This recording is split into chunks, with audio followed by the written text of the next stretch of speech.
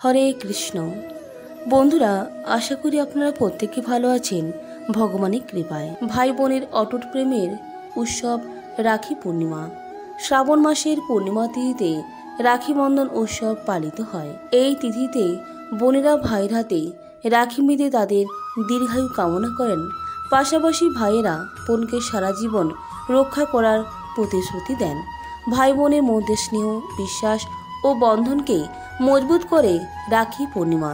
শাস্ত্রমতে রাখি পূর্ণিমা দিনে এই উৎসব পালিত হলেও রাখি বাঁধার মুহূর্তের প্রতি বিশেষ নজর রাখা হয়। কারণ ভদ্রাকালে রাখি বাঁধা নিষিদ্ধ, তাই ভদ্রাকাল বিচার করে রাখি বাঁধার শুভক্ষণ নির্ধারিত হয়। তাই আজকের ভিডিওতে ব্যক্ত করব রাখি পূর্ণিমা 2024 পূর্ণাঙ্গ সময়সূচি এবং এবারেও রাখিতে ভদ্রা ছায়া। তাই রাখি বাঁধার শুভক্ষণ, ভদ্রাকাল কখন শুরু হবে, কখন শেষ হবে এবং রাখি পূর্ণিমা কেন পালন করা হয় ও তার মাহাত্ম্য। আপনার প্রত্যেকের সঙ্গে থাকুন এবং শ্রবণ করুন আজকের এই ভিডিওটি। প্রথমেই জানব রাখি পূর্ণিমা 2024 পূর্ণাঙ্গ সময়সূচি। হিন্দু পঞ্জিকা অনুযায়ী শ্রাবণ মাসের শুক্লপক্ষের পূর্ণিমা তিথিতে রাখি বন্ধন উৎসব পালিত হয়। শুক্লপক্ষের পূর্ণিমা তিথি শুরু হবে 19 আগস্ট সোমবার সকাল 3টা 4 মিনিটে। শুক্লপক্ষের পূর্ণিমা তিথি শেষ হবে 19 আগস্ট মাঝরাত 11টা 55 মিনিটে। অর্থাৎ 19 আগস্ট সোমবার রাখি পূর্ণিমা পালিত হবে। এবার আমরা জানব ভদ্রাকাল ও রাখি বাঁধার শুভক্ষণ। শাস্ত্রমতে ভদ্রাকালে রাখি বাঁধতে নেই।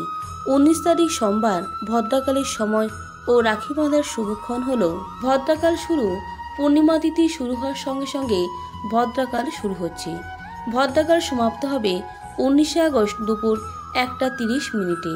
ভদ্রামুখ 19 আগস্ট সোমবার সকাল 10টা 53 মিনিট থেকে দুপুর 12টা 37 মিনিট পর্যন্ত। ভদ্রালেজ 19 আগস্ট সোমবার সকাল 9টা 51 মিনিট থেকে 10টা 53 মিনিট পর্যন্ত। তাই রাখি বাঁধার শুভক্ষণ এই 19 আগস্ট সোমবার দুপুর 1টা 46 মিনিট থেকে বিকাল 4টা 51 মিনিট পর্যন্ত প্রায় 2 ঘন্টা 37 মিনিট সময় থাকছে রাখি বাঁধার শুভক্ষণ। আবার রাখি বাঁধার জন্য প্রদোষকালের শুভ সময় হচ্ছে সন্ধ্যা 6টা 56 মিনিট থেকে রাত্রি 9টা 7 মিনিট পর্যন্ত, প্রায় 2 ঘন্টা 11 মিনিট সময়। এই ভদ্রাকালকে শুভ বলে মনে করা হয় না। প্রচলিত বিশ্বাস অনুযায়ী এ সময় কোনো শুভ কাজ করা উচিত নয়। রাখি বন্ধন এক পবিত্র কাজ, তাই ভদ্রার সময় ভাইকে রাখি বাঁধা উচিত নয়। এ সময় রাখি বাঁধলেই ভাই বোনের সম্পর্কে অবসাদ জন্মায়, পাশাপাশি কোনো মনস্কামনা পূর্ণ হয় না। এখন আমরা জানব এই ভদ্রাকে। পৌরাণিক কাহিনী অনুযায়ী ভদ্রা সূর্যকন্যা ও শনির বোন। জন্মানোর সঙ্গে সঙ্গে ভদ্রা সম্পূর্ণ জগৎ সংসারকে গিলে খেতে শুরু করে। যেখানে শুভ ও মাঙ্গলিক অনুষ্ঠান হয় সেখানে ভদ্রা সমস্যা উৎপন্ন করত, তাই ভদ্রাকালে কোনো শুভ কাজ করা হয় না। বৈদিক জ্যোতিষ পূর্ণিমা তিথির সূচনার অর্ধেকাংশ ভদ্রা, তাই রাখি পূর্ণিমায় সকালের দিকে ভদ্রা থাকায় সেই সময় রাখি বাঁধা হবে না। পৌরাণিক বিশ্বাস অনুযায়ী বলা যায় ভদ্রার সময়ের মধ্যেই সুপর্ণখা তার ভাই রাবণকে রাখি বেঁধেছিলেন। এর ফলে রাবণের সম্পূর্ণ পরিবারটাই বিনষ্ট হয়ে গিয়েছিল। তাই ভদ্রাকাল সময়ে রাখি বাঁধা উচিত নয়। এমনও বিশ্বাস করা হয় যে ভদ্রা ছায়ায় রাখি বাঁধলে ভাইয়ের আয়ু কমে যায়।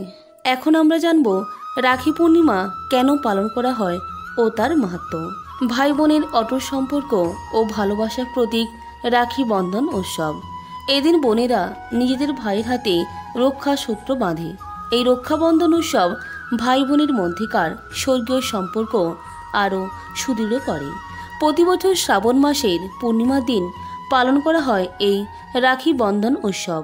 বোনেরা তাদের ভাইয়ের হাতে অনুরাগের সুতো বেঁধে দেয়, যা নিরাপত্তা বা রক্ষা বন্ধন হিসেবে প্রকাশিত। বোনেরা এই সুতোর মধ্যে হৃদয়ের অনুরাগের রং লাগিয়ে হাতে বেঁধে মঙ্গল কামনা করে এবং ভাইয়েরা বোনের রক্ষণাবেক্ষণের প্রতিশ্রুতি প্রদান করে। এই দিন পরিবারের সকলে একত্রে মিলিত হয়, বিশেষ খাবার দাবার এবং উপহারের ব্যবস্থা করা হয়।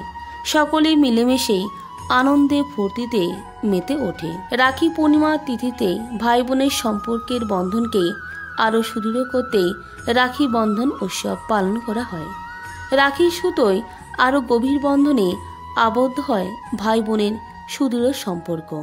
রাখি পূর্ণিমা নিয়ে অনেক ইতিহাস থাকলেও প্রকৃতপক্ষে বৈদিক শাস্ত্রের ব্যাখ্যা অনুযায়ী সত্যযুগ থেকেই এই রাখি বন্ধন শুরু হয়েছিল এবং সূত্রপাতে অনেক ঘটনা থাকলেও প্রকৃতপক্ষে যার দ্বারা সেই রাখি বন্ধন উৎসব সূচনা হয়েছিল সেই লীলা কাহিনী প্রারম্ভিকতায় আলোকপাত করা আবশ্যক। সত্যযুগে ভগবান শ্রী বিষ্ণুর বামন অবতার বলি মহারাজের কাছে কৃপাভূমি ভিক্ষার ছলে যারা ব্রহ্মাণ্ড 2 পদের অধিকার করেছিলেন, বাকি 1 পদ কোথায় রাখবেন? তখন বলি মহারাজ নিজের মাথা পেতে দিয়েছিলেন। এই আত্মনিবেদনের জন্যই বামন অবতার বলি মহারাজকে কৃপাপূর্বক সুতলে অধিপতি করেন। আমাদের ভূলোক বা পৃথিবীর এর ঠিক নিচে অতল, অতলের নিচে বিতল, বিতলের ঠিক নিচে সুতল লোক অবস্থিত। ভগবান ভক্তবৎসল, তিনি সুতলোকে বলি মহারাজকে পাঠিয়ে দ্বারপাল রূপে নিজেকে নিযুক্ত করেন। ভগবান ভক্তের জন্য আজ নিজে দ্বারপাল সাজলেন। এইভাবে কিছুদিন চলতে থাকে।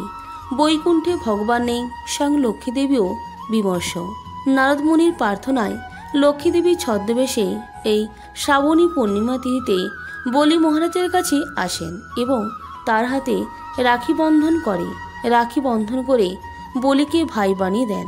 তারপর লক্ষ্মীদেবী ছদ্মবেশ ত্যাগ করে নিজেকে প্রকাশিত করে বলেন, ভগবান শ্রী বিষ্ণুকে বৈকুণ্ঠে ফিরে নিতে এসেছি। ভাই, আমি তোমার ভগ্নিপতিকে অর্থাৎ ভগবান শ্রী বিষ্ণুকে বৈকুণ্ঠে লোকে ফিরে নিতে এসেছি, তুমি অনুমতি দাও। বলি মহারাজ ভগবানকে লক্ষ্মী মাতার আকুতি জানালেন। ভগবান তখন নিজেকে 2 রূপে বিস্তার করেন। এক রূপে তিনি বলি মহারাজের দ্বারপাল রূপে থাকলেন এবং আরেক রূপে তিনি লক্ষ্মীদেবীর সঙ্গে বৈকুণ্ঠে গমন করলেন। এরপর আমরা দাপর যুগে দেখতে পাই ভগবান শ্রীকৃষ্ণ এবং বলরামকে রাখি পড়েছিলেন ভান্ডারী ঋষি। ভান্ডারী ঋষি একদিন নন্দ মহারাজের সঙ্গে দেখা করতে আসেন। বলরাম এবং শ্রীকৃষ্ণের মঙ্গল কামনায় তাদের সুরক্ষার জন্য এই ভান্ডারী ঋষি 2 ভাইরাতে রাখি বন্ধন করেছিলেন। এই ভান্ডারী ঋষির পত্নী শ্রাবণী পূর্ণিমা তিথিতেই শ্রীমতী রাধারানীর হাতে রাখি বন্ধন করেছিলেন। 100টি অপরাধ করার পর যখন শ্রীকৃষ্ণ শিশুপালকে হত্যা করার জন্য যুদ্ধ করেছিলেন, তখন শ্রীকৃষ্ণের তর্জনী কেটে রক্তপাত শুরু হয়েছিল। সুভদ্রা রক্তবন্ধের চেষ্টায় রত ছিলেন। কাটাস্থান বেঁধে দেওয়ার জন্য কাপড় খুঁজছিলেন, কিন্তু পাচ্ছিলেন না। তখন দ্রৌপদী নিজের মূল্যবান রেশমি শাড়ি ছেড়ে শ্রীকৃষ্ণের হাত বন্ধন করে দিয়েছিলেন। সুভদ্রা অনেকটা অবাক হয়েছিলেন সেই দৃশ্য অবলোকন করে। ভগবান এই বন্ধনের প্রতিদান দিয়েছিলেন। কুরুক্ষেত্রের রাজসভায় যখন দ্রৌপদীর বস্ত্রহরণের জঘন্য পাপে দুর্যোধন দুঃশাসনেরা মত্ত হয়েছিল, ভগবান সেদিন দ্রৌপদীর সম্মান রক্ষা করেছিলেন। বর্তমানে যান্ত্রিক যুগে ভাই বোনের ভালোবাসা ধীরে ধীরে হ্রাস পাচ্ছে। এই রাখি পূর্ণিমা তিথি ভাই বোনের সম্পর্ককে আরও সুদৃঢ় করে তোলে। পবিত্র স্নেহ, ভালোবাসা এবং শ্রদ্ধার বাড়িতে স্নাত করতে রাখি পূর্ণিমা তিথি অত্যন্ত গুরুত্বপূর্ণ। বন্ধুরা, এই ছিল আজকে ভিডিওর মূল আলোচ্য বিষয়বস্তু। প্রত্যেকে ভালো থাকবেন, সুস্থ থাকবেন। নমস্কার, ধন্যবাদ। ঈশ্বর আপনার মঙ্গল করুক।